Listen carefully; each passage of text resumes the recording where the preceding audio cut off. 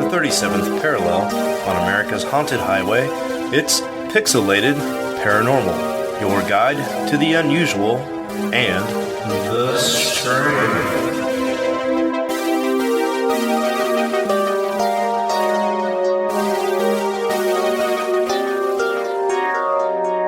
What's up, everybody? Welcome back to Pixelated Paranormal, episode 115.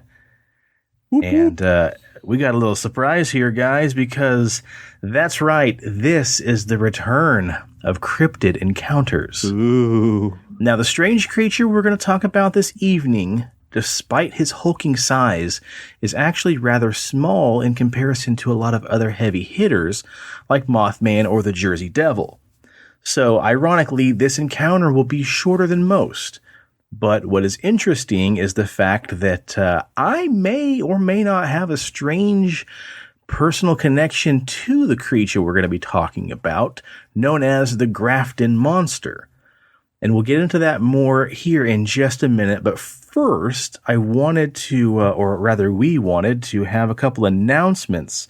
What all's been going on with the old Pixelated Paranormal recently. So, first and foremost, I don't know what that accent is. It's me trying not to choke on the beer I was swallowing.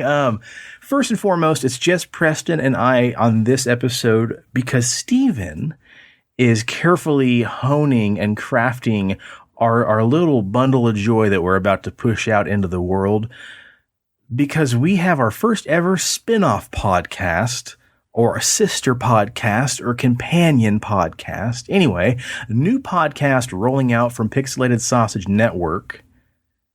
And I'm not going to tell you the name yet, but Steven and our good friend of the show, Brady, our good buddy from way back even from high school up until now, Steven and Brady are going to be rolling out a podcast, and then we're going to be tacking that onto the Pixelated Sausage Network. It's going to kind of be a sister show to Pixelated Paranormal. But it's going to be a slightly different topic. So, and guess what? It's not going to be true crime. Ooh. Everybody's doing that true crime thing, and they should all stick to it, and we'll stick to what we're good at. But yeah, Preston and I, we will have our fingers in that pie as well, but it will be predominantly Steven and Brady at the helm. And then Steven will, join us from time to time throughout the months and throughout the episodes. But yeah, got a really fun new project rolling out.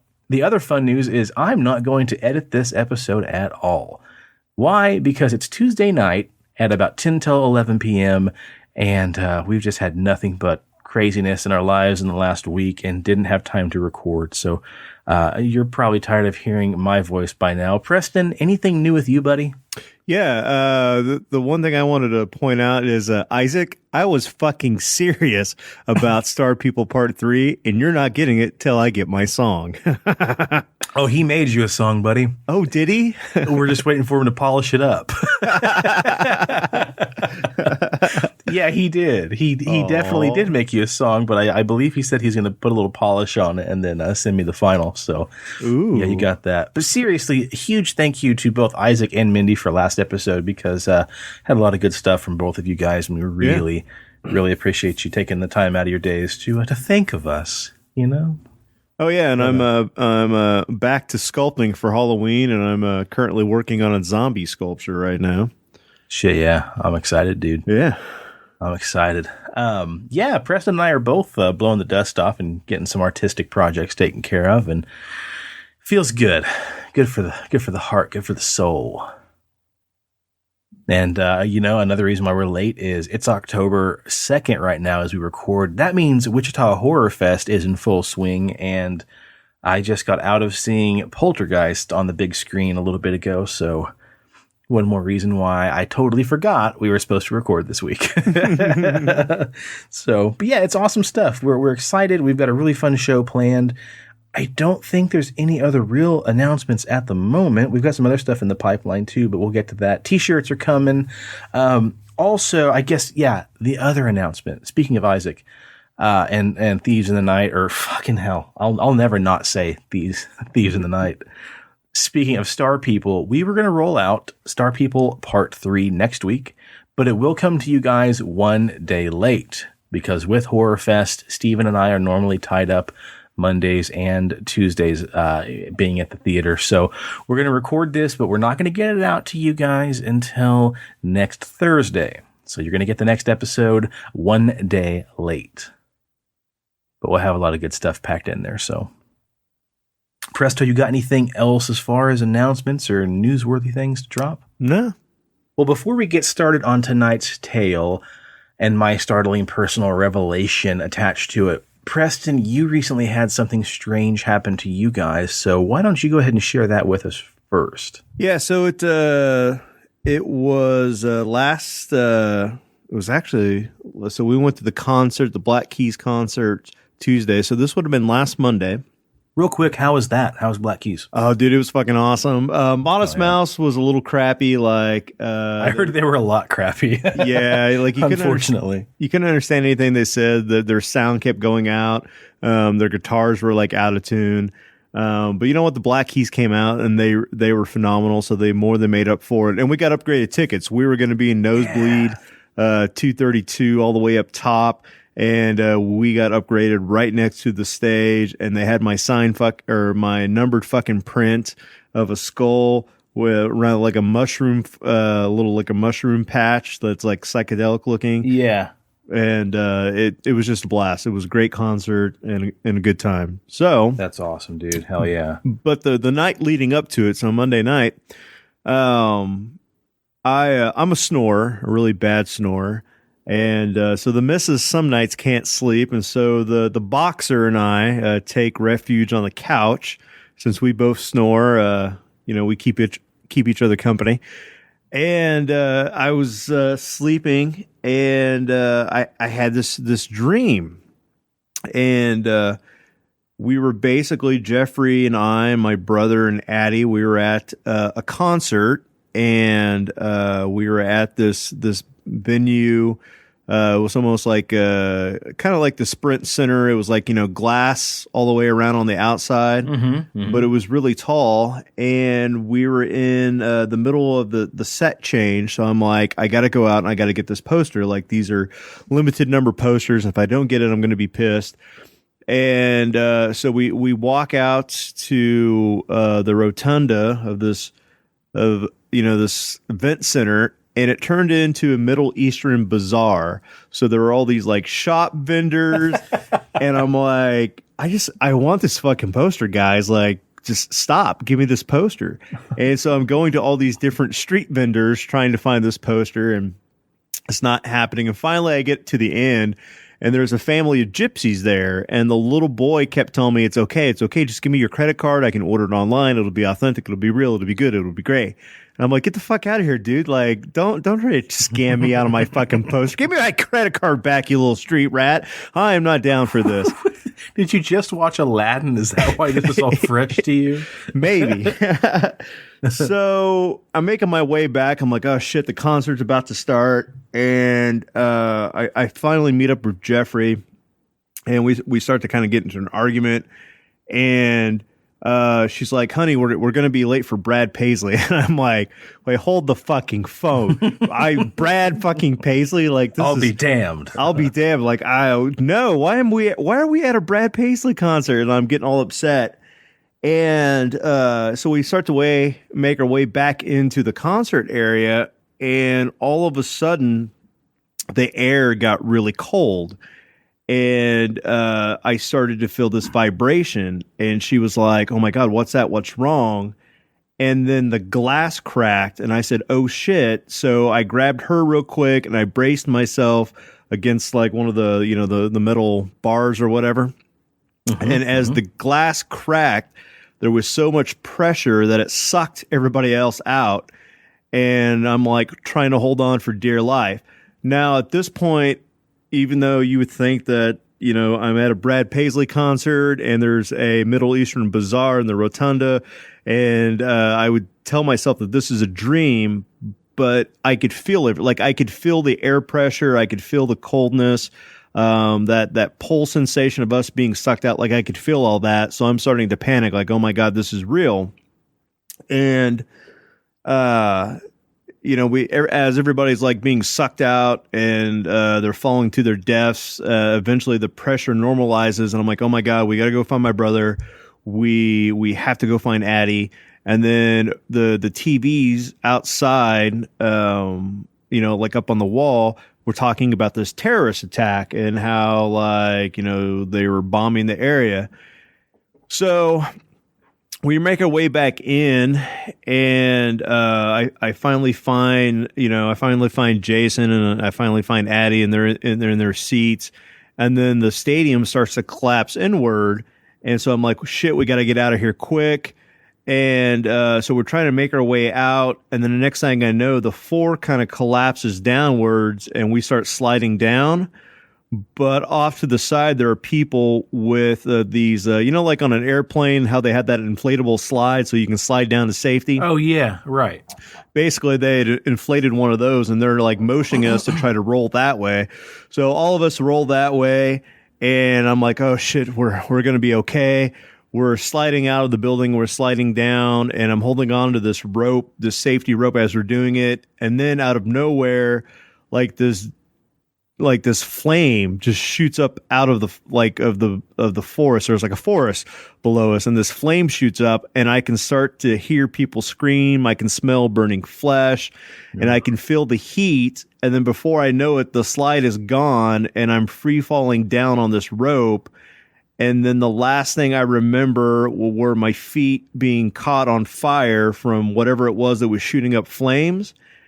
And then I woke up, and I was like in this really bad panic attack. It was just like, oh my God, like I just weird fucking nightmare.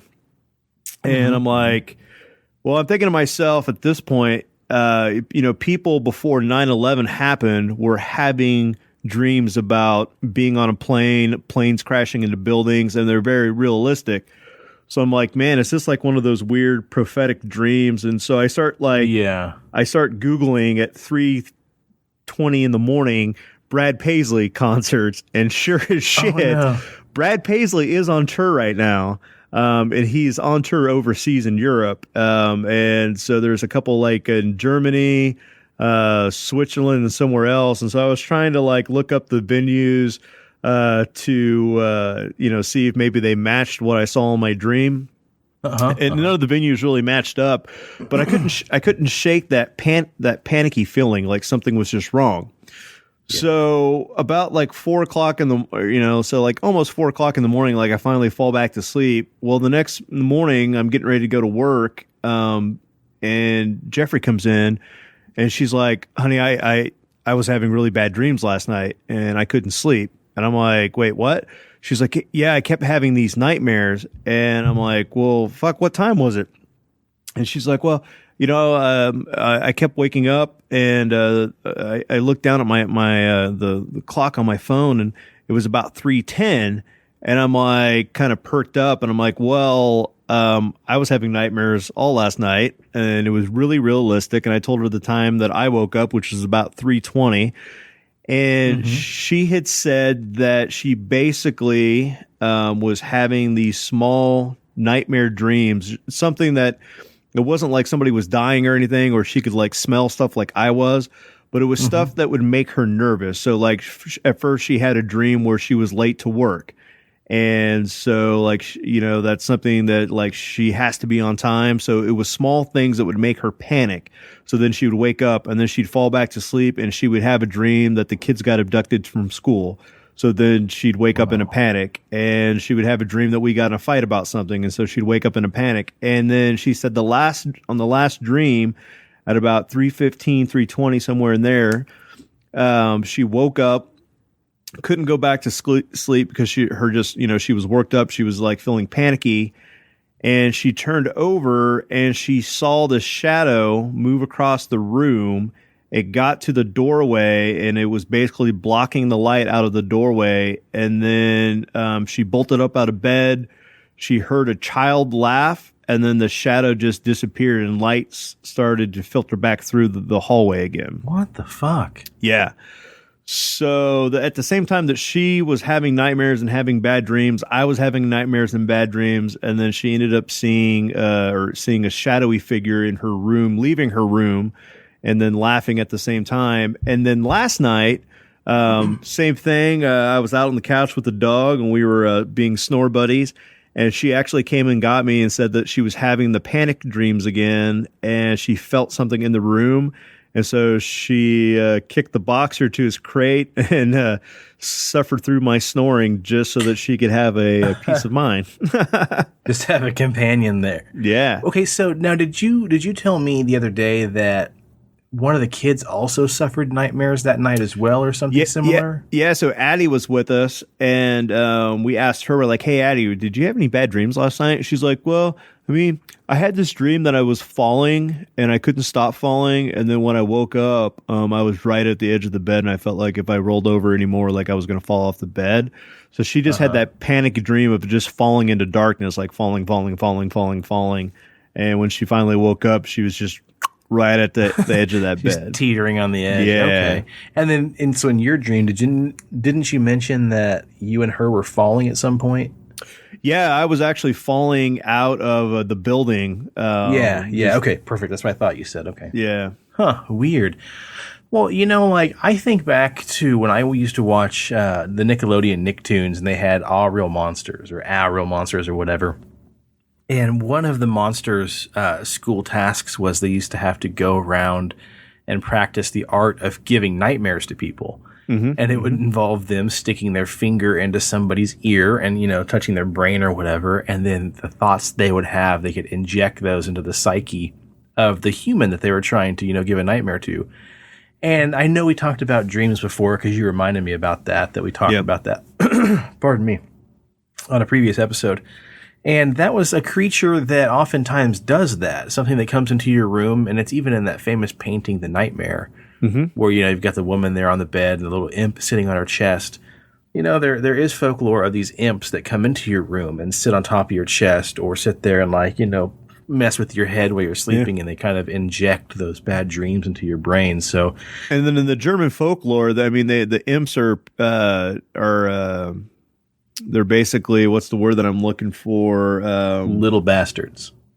Yeah, but they're presented as childlike entities. They're small, little tricksters. Yeah, so I thought that looking back, that's interesting that she said that the shadowy person that she saw was childlike, and as it was leaving the room, it was giggling almost like a child, like. Yeah, and you checked with Addie, and it wasn't her scuttling off, or whatever. Yeah.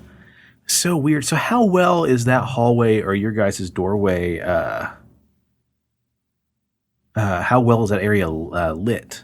It's actually lit really well because at the end of that hallway, in between the 3 bedrooms and the bathroom, we all sleep with the doors shut, and we have a light. Like a little dangly light from the ceiling, and that's on all the time. And so at nighttime, if you open up the bedroom door, you can actually see out into that hallway. And so when Jeffrey awoke, that's the weird thing, that her bedroom door was open and she could see the light from the hallway being blocked by something. Gotcha. Okay.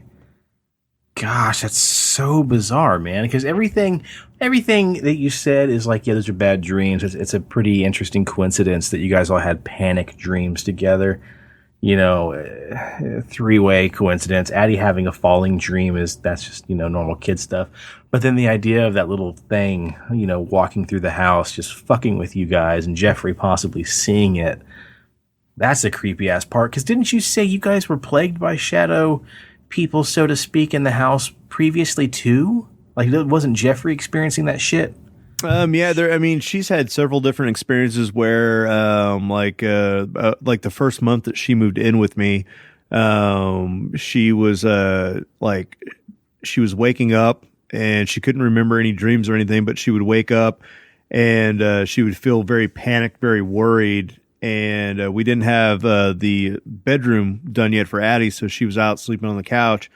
And Jeffrey felt something was wrong with Addie, and she would come out and check on her. And then, Addie was fine. She was sound asleep with the dog. And then Jeffrey would go to lay back down, and then she would hear this breathing right next to her ear, an old raspy, somebody with an oxygen tank, like, Yeah. and then she would wake up, go run back out, check on Addie. Addie was perfectly sleeping fine. And then, all right, I'm going to lay back down. And then right before she'd get to sleep, she'd hear that breathing noise again. And then we went on me and you, we went out on one of the obstacle races in Kansas City. And she came over to watch Bruce before she moved in. And Bruce had torn down the blinds off of Blake's bedroom window because he's very... He's a very panicky dog. He's got a lot of anxiety, so like he has to be able to see you. And so I didn't get the blinds replaced, and so she's outside with the dog as he's going to the bathroom, and that hallway light was on, and she said that out of the corner of her eye she felt like something was watching her, so she turned to look through that window. And standing in that hallway was, she said, it looked like the Quaker Oats guy off the box, like it was that brim hat. Yeah. And then she was like, "Wait a minute!" And then she turned back to look because she's like, who the fuck's in the house?" And then she was like, Right. "It was gone. It wasn't there." So she's like, "Well, you're done potting, dog. I'm getting the fuck out of here." Yeah. I remember that now. Yeah, and that entity with that Quaker Oats hat is also, the Hat Man and Scratch and all that. Yeah. So that's bizarre, dude. You might want to burn some sage if you believe any of that shit. Or if you're like me, you're like, maybe I'll give it a little longer. Yeah, I'm going to get a little while longer and maybe get out like a voice recorder and two and just press play and be like, "Listen, motherfucker, we all got to live together." Yeah, well, interesting, dude. Keep us. Shit. This is the problem with not doing the edit. People are going to hear me sit here trying to read a text as I'm talking. Keep us posted on what's going on with that, and I'm anxious to see what happens, man. If that's the end of it, or if you have more going on. Well, I think it's time we jump into the main crux of the episode here, and that is Cryptid Encounters Part 8, The Grafton Monster. Ooh. That's right, folks. We're talking about the Beast of Grafton, the Frankenstein of the forest, the headless horror himself, the infamous Grafton Monster. And I didn't know much about this guy before you and I played Fallout 76. Had you ever really got down and dirty with this guy before? Nope. That was my first encounter with him as well when we pumped it full of lead with our shotguns. As we do a lot of things. So this thing, it's short and it's sweet. It's a lot like me. But there's not a lot on it. There's not a lot about it, really. And it actually boils down to really just one main encounter. So on June 16th of 1964, at around 11 p.m., this young reporter is driving home from his evening job at the Grafton Sentinel, and his name is Robert Cockrell. And he's driving around alongside the Riverside Drive, which follows the Tygart River. It's late, he's getting kind of tired, he still has his wits about him, but you know how you are when you get off work, he's a little burned out, and he's ready just to go home. So he's driving along at about 50 miles an hour down a street, or a road rather, that he knows very well. And as he comes around one particular curve, straight in the middle of the road, just inside of his headlights, he sees something really wicked, something that just seems out of place. And he describes it at first being far enough away, a big hulking white or cream-colored mass. And at first he thought maybe it was like a big rock in the middle of the road. And he seemed like he's really, really confused. Like, what the hell's this giant, a boulder doing in the middle of the road? So as he gets closer, I might have to do a little editing here.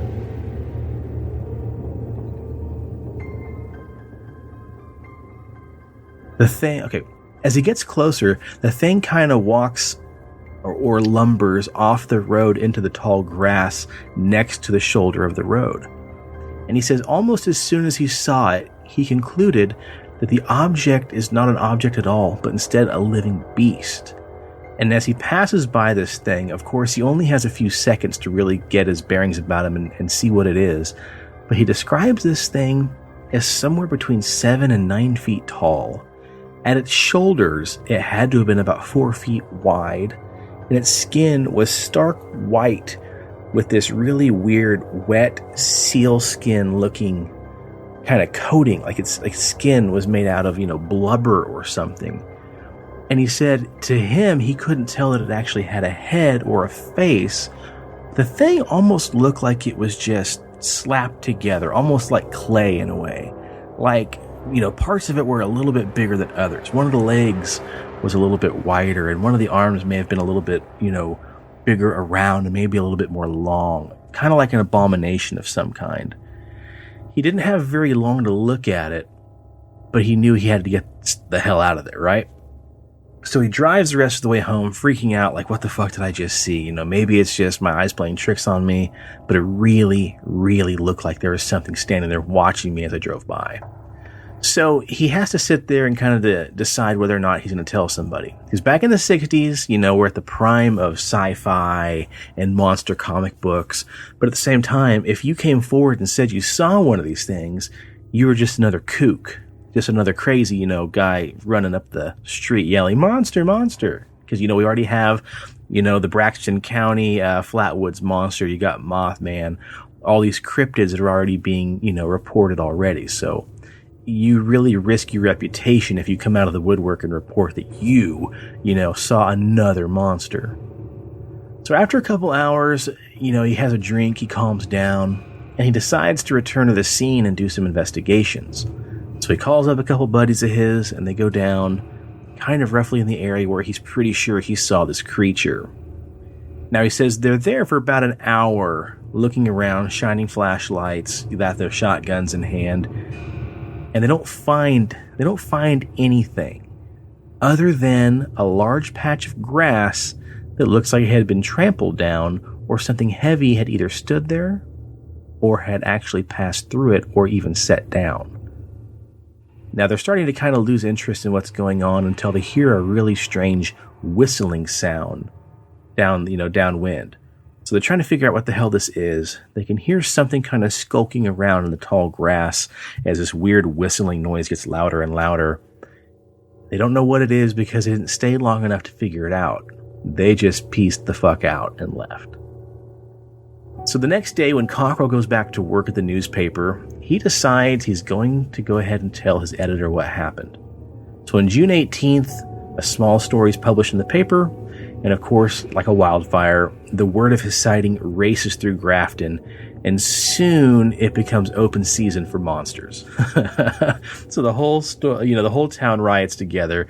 They've got mallets, crowbars, flashlights, baseball bats, hunks of 2x4s, and they all just go traipsing through the forest trying to find, quote unquote, the headless horror that Cockrell had reported seeing 2 days before. So well over 20 people say they saw it, including seeing it traipsing through the nearby stone quarry. They were questioned individually by Cockrell, but all of the witnesses' accounts were tailed all of their accounts were tailed with the finest details, and a lot of folks claim to have seen exactly what he did. Some reports even say he left a few details out of the newspaper. That way people wouldn't quite be able to, say they saw the same thing, but a lot of people's eyewitness reports were the exact same thing that Cockrell saw himself. Now, most people think it may have just been a rogue or escaped polar bear from a nearby zoo, but Cockrell is positive. What he saw was not a polar bear. It was big and broad and bulky in the shoulders. It had, pretty muscular legs, and it looked like it was just one solid chunk of a bunch of different muscles just kind of slapped together.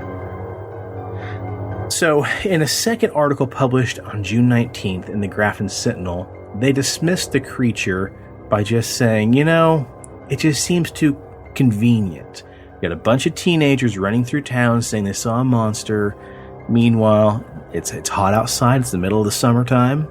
People are bored. They have nothing better to do than make up a story and see how big it can blow up. So that is their entertainment for the summer. So that kind of concludes, the sightings and really the tale of the Grafton Monster. People in West Virginia, continue to say that they've seen it here and there, and West Virginia kind of seems to be, the hotbed for this kind of paranormal stuff with Mothman with the Flatwoods Monster, now the Grafton Monster. But that's not quite where the tale's going to end, Preston, because after kind of reading this story and after playing, and I kind of forgot about this for the longest time, and then I just remembered it this, last fall when you and I were playing Fallout. Back when I lived in El Dorado, and this was like shortly after high school, so we're talking probably like 2004, 2005, somewhere in there. After I got off work at Pizza Hut, me and a lot of the guys would, get together as you do at that age. And my buddy Tovar, my buddy Diggs, and my buddy Adam, the four of us decided we would go out for a walk/jog. In El Dorado, in the north part, just before you get to the lake, there's a really, really sweet bike trail. Paved, lit, it's fantastic. It goes, kind of behind some houses through this housing development. It then turns, goes through a tunnel. And after you go through the tunnel that, the train tracks go over, you come out on the golf course. And then it's probably like a mile and a half worth of a ride or a jog, maybe 2 miles. And then it spits you out at the end of the dam where you can then kind of walk up the dam. So it was pretty common for us to go out at night and go jog the bike trail. And then if we were still feeling pretty squirrely, we'd try to run up the side of the dam. So one night, Tovar and Adam and Diggs and I thought we'd go for a jog. And it's going to be probably about 12:30 at night because we probably got off around midnight, I'm going to guess. And so we're out jogging and we go under the tunnel and we start to make our way kind of parallel to the golf course. And I can't help but notice this really weird, I'm going to call it a figure or a form in the tall grass.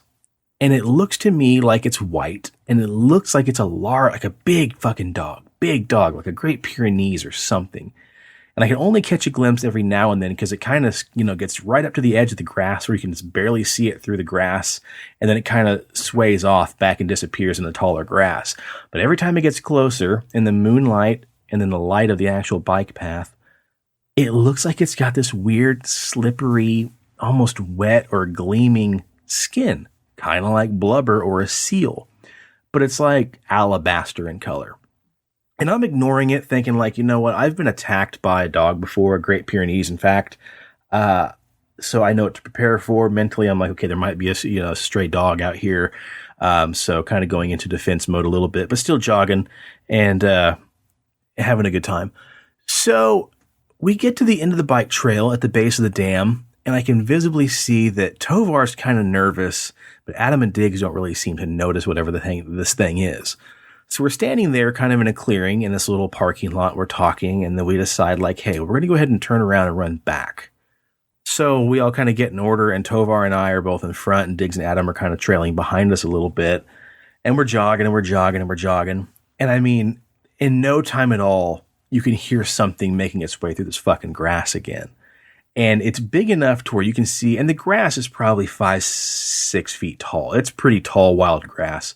You can see it kind of flailing like something's going through it. You can see it spreading apart. And as you look kind of behind, you can see it standing back up like something large is passing through it.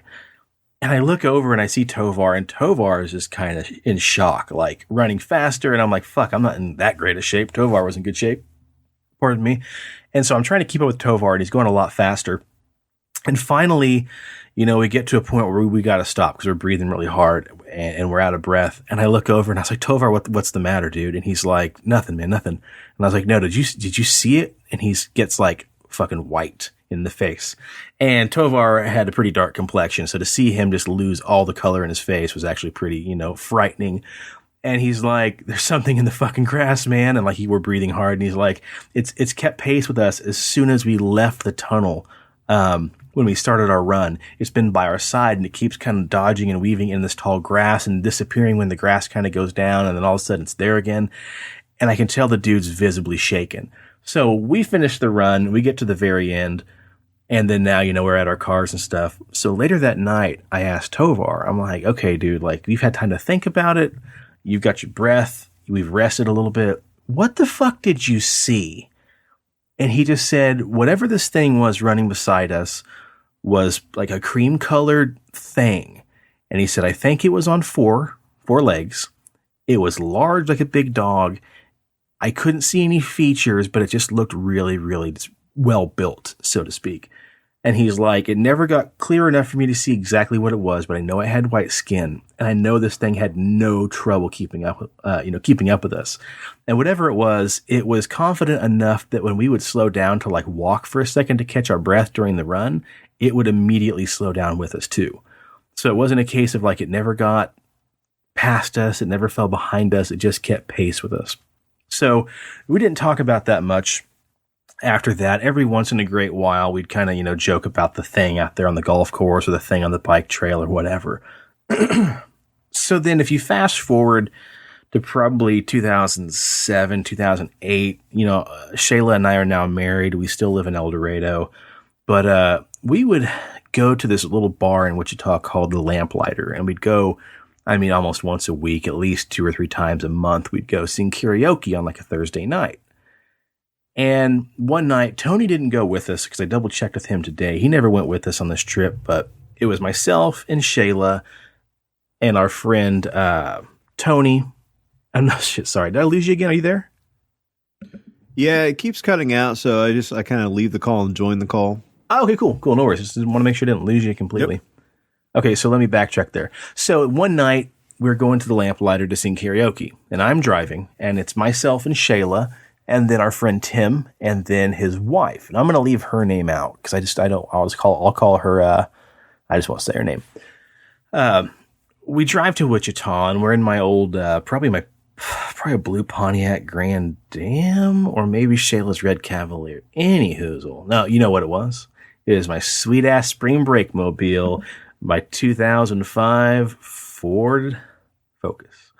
No, not the Ranger that you used to have. No. I got that afterwards. But yeah, so we drove from El Dorado to Wichita. So it's probably about a good, 30, 40 minute drive from our house actually into Wichita to the karaoke bar. So we go sing karaoke, have some beers.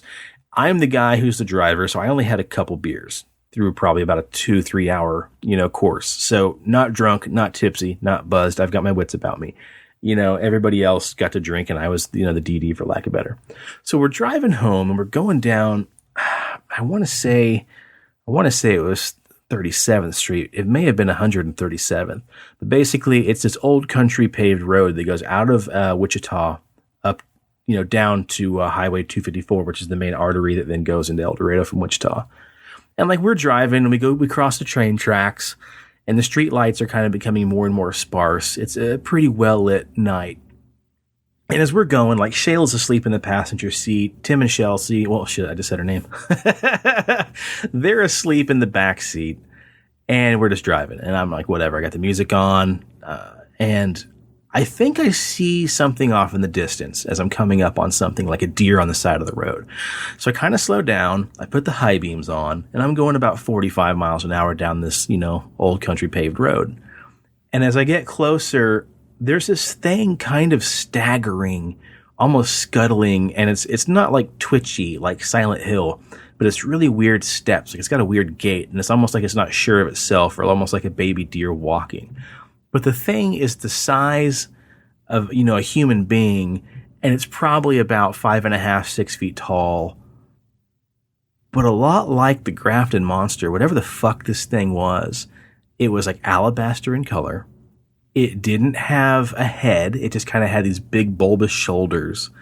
And it looked like something like you would have just sculpted out of clay. One of the legs is kind of a little bit bigger. One of the arms is kind of short and stocky. And it looks like it's just like made out of like lumps and blobs and shit like that. And you got to keep in mind, this is all in a matter of, 5-10 seconds of me first seeing it in the headlights, driving up to it. And as I'm passing it, it fucking lunged at my car. And it wasn't like it jumped out in front of it. It wasn't like it fell or it stopped. It jumped. It sprung off of 2 legs, arms outreached in front like it was trying to grab the car. It was the weirdest thing. So I see this all, in a boom, 5-10 second span of time. I swerve the car as soon as the thing jumps because I'm like, what the fuck is that? I kind of go off into the grass a little bit. Everybody wakes up like, oh, what the fuck's going on? What the hell? And I'm trying to play it cool because I'm like, not really as big into this weird stuff, outwardly as I am now. And I'm like, oh shit, sorry guys, I almost hit a deer back there. And meanwhile, like I've got goosebumps, my blood has gone cold, I've got a cold sweat. And I'm like, yeah, sorry guys, go back to sleep. It's no big deal. And I'm like checking the rear view of the thing. I don't see it anymore. It either fell down or ran off or whatever. And I've got about 2 or 3 seconds of clarity where I'm like, you know what? My mind's playing tricks on me. And fucking Tim's, the straight man. He's a funny guy, but he doesn't really, I don't think, care about this woo-woo kind of stuff. And he's just like, that wasn't a fucking deer at all. Whatever the fuck that was, it looked like a person. It looked like a fucking naked albino guy just jumped out and tried to fucking grab the mirror off the side of your car. And my blood just fucking froze. And it just terrified me. And I'm like, and of course, the girls have both kind of fallen back asleep. And I'm like, Tim, what the fuck was that, dude? I said, that was just a deer. A deer just jumped out in front of the car. I had to swerve to miss it. And he's like, no. That thing looked like something straight out of Silent Hill. It was staggering up towards the fucking side of the road. It saw you, and that thing jumped out and like tried to grab your car. He's like, whatever the fuck it was, I don't want to ever go back there and see what it was again. And he's like, and he just got real quiet. So I don't know what the hell we saw that night or whenever we were on our jog that one evening, but it sounds an awful lot like maybe Kansas's own smaller version of the Grafton Monster. I've never seen it again. I've never really heard stories about it, but I do know I wasn't the only one to see this thing, and the people I was with were very honest, no reason to lie, no reason to make up a story kind of people, and we saw the same exact thing. So I don't know what I saw. We had this joke back in high school and college age of this thing that would go around eating stray cats that my buddy Matt and Tony would always talk about, and I think we called it like a Gatchooba or something. So anyway, I wanted to ask you, Preston, where do these stories of these cryptids come from? Like, how do you just start off with this? Is it just somebody's encounter, somebody's sighting, and then through years of urban legends, it finally gains traction? Yeah. Well, I don't know if I have, the soapbox to stand on, but I would like to say on the show, maybe we have a new cryptid that is somewhere in central Kansas, south central Kansas, and I think I'm going to call this fucker the Gatchooba. It's ironic that you said you described it as being white, right? Our buddy Colin, moonlight glistening off of it. It's illuminated out there in the dark. What now? I said, sorry. The moonlight is shining off of it. It's illuminated. You can see its skin. It's got like this like oily sheen to it. And I mean, there's no fur, there's no hair. It's just this weird, like, hairless thing. So, right. Colin described seeing something up north of Kansas that was white. Back when he was a truck driver or something? Yeah. He was on the road with a buddy, and he saw something. He was like, it was he couldn't tell if it was fur, but it was like white, and it was just really big, like almost like lion size, like a big cat. But he was like, I saw it. I thought my buddy who was asleep next to me, like, what do I tell this guy? But he was awake, and he's like, dude, what the fuck was that? Yeah. And he was like, yeah, I don't know, dude, but it was big. It was like kind of like white fur. So we need to get him on, have him tell that story. We do, yeah. It's funny because he told us that story down at Public at the Beard and Mustache comp. Yeah. That the Bearded Monkeys put on. And he told us that by the pinball machine. I remember that now, yeah. I guess in my head, I didn't really make a connection because I just assumed a cat, so it was furry, but interesting. Well, in the spirit of spooky shit and all these tales we tell, I would like to go on record, boom, insert stamp noise. I think we got a new cryptid on our hands. I think this creature is called the Gatchooba, named after my dear friends Tony and Matt. And if I would elaborate further, because of the lore they created, this thing has a steady diet of stray cats. But not just stray cats, not just any old stray cat. Stray cats that have kind of a, what would you call that, a risky past. They make some bad decisions. Ooh. Shady feline type. So there you go, folks, the Gatchooba. It's the Grafton Monster, but it just doesn't lift. Well, there you go, guys. I hope you enjoyed this show. Much like the Grafton Monster and the potential Gatchooba, this episode is kind of slapped together with many different parts. But we cannot wait to get back on track next episode with Star People Part 3 and then some good stuff coming your way. But Preston, do you got anything you want to plug, buddy, before we get out of here? Yeah, as always, if you need a beard, if you want a beard, if you want to grow a beard that won't be confused with a cryptid, check out BigDobsBeardBomb.com and use promo code PXLPARA for 20% off your order for scents like Dundee Cedar, Fresh, Citrus, Mint, Sweet Tobacco, Classic, and we got some news from Dobbs. Hell yeah. Dobbs is rolling out Dobbs 2.0, and Shawn's going to tell you all about it. That's what happens when we don't script stuff. Yeah, man. Big Dobbs has rolled out Big Dobbs Beard Balm 2.0. Much like the mad scientist who possibly made the creature of Grafton, he went back to his lab and tried to figure out yet again, how can I make an already badass product even freaking better? So he's gone back, he's reformulated, he's got a new process, and he's got a new product, guys. It might not be the same old beard balm you had before because it's better.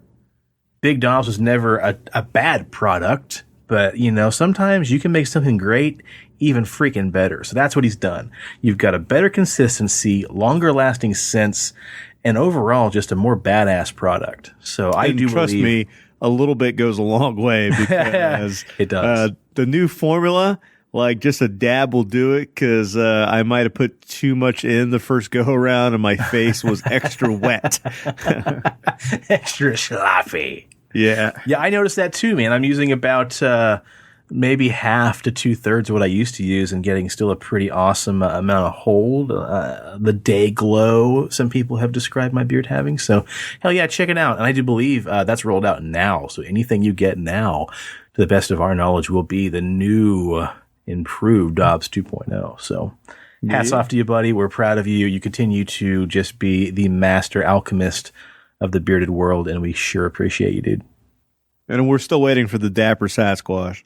Yeah, we're still waiting for that Dapper Squatch, man. We want the smell of a Sasquatch who is going out on the town for a night. So, yeah, do that. Okay, guys, check out the rest of the shows on Pixelated Sausage Network. Check out Pixelated Radio. No, shit, sorry, that one's not active. Check out Pixelated Sausage with Mark. It's a solo cast where he talks about all sorts of great movies and pop culture, video games, everything that he consumes, he likes to review. Check out the Attack of the Backlog on YouTube. And also, we've got a Patreon. If you want to throw a few shillings our way, you're more than welcome to. It's not going to unlock any bonus episodes because we're all about the free content. But we may roll out some pretty fun rewards, so to speak, for patrons. More on that later. Don't get mad. Don't run away. It's nothing that will ever sully the content you get. But maybe for a few bucks, a couple bucks a month, maybe you get to throw in an entire episode of your choosing where you choose the content. Maybe something special like that. Who knows? We're still ironing out the details. But check it out if you want. It's in the show notes, especially on the Apple Podcasts. And then, like I said, we got that new show coming up pretty quick. That show, of course, will be free as well. Always more on that next episode. But otherwise, Preston, what's my favorite podcast about race cars? Sports Cars Unleashed, where if you're not first, you're last. Boom. Awesome. All right. I think that just about does it. Check out our buddies over at Gunslinger Soap. I think that'll do for this episode. Catch us next time, guys. Star People Part 3. Cheers to the weird shit and those of us who love to talk about it. And stay spooky and stay on the paranormal highway. The cast at Pixelated Paranormal would like to thank you for listening to this week's episode. Pixelated Paranormal is here to tell you tales of the fantastical, the strange, the unknown. Tales that will move you a little further down the paranormal highway. If you'd like to share your own listener story, we would love to hear it. Email us at pixelatedparanormal@gmail.com. Again, that's pixelatedparanormal@gmail.com. We'd really love to hear from you. Again, thanks for listening to this week's episode of Pixelated Paranormal, your guide to the unusual and the strange.